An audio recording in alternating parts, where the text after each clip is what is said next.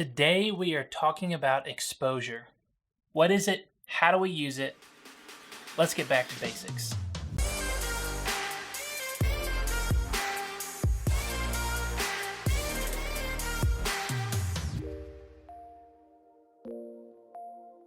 Well, welcome guys. My name is Mikey McNair. I am a photographer, filmmaker based in Nashville, Tennessee. My channel is all about helping you become a better photographer. We don't worry about the nuts and bolts because getting you taking better photos faster is what I'm all about.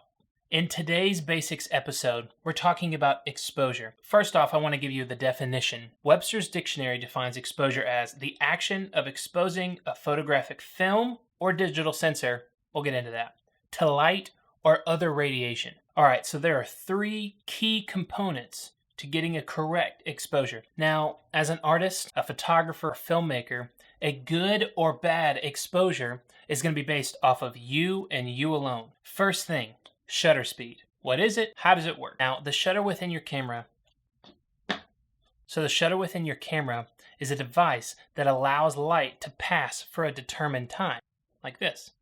And that's where your shutter speed comes in. So what that's doing is once I'm clicking the shutter, it's allowing that device to come down and come back up to expose the sensor. So now let's talk about aperture.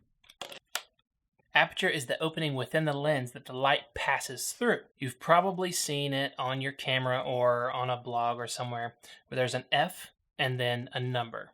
Essentially what that number means is the size of the hole within the lens that's letting that light pass through.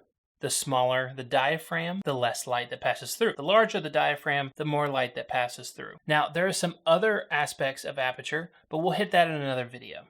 Now, let's talk about ISO. ISO refers to the sensitivity your sensor or your film stock has. The higher the number, the more sensitive that sensor is to the light. Now, there are some caveats to this. The higher the number, the more noise or grain you introduce into your image. So let's say you're shooting at the lowest ISO your camera has. My camera, 100 ISO. That means that my ISO is the least sensitive to light at that number. But let's say I shoot at 3200 or 6400. That means that my ISO is getting more sensitive to the light around it the higher that number goes. So those are the three things within your camera that account for exposure. Now, there are some questions you need to be asking when trying to expose well for your image. 1. Is the subject lit well? 2. Grain. Do I want a grainy shot or one without any noise? 3. Is my camera on a tripod or am I hand holding it? And 4. Is my subject moving?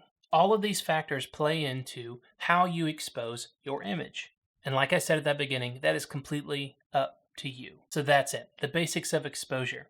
Now, there are many other things that it takes to shooting a good image within photography, but we'll hit those at a later date and even do some teaching within real world photo shoots. But that's all I've got for now, so make sure to hit subscribe, hit the like button, and we'll catch you in the next one.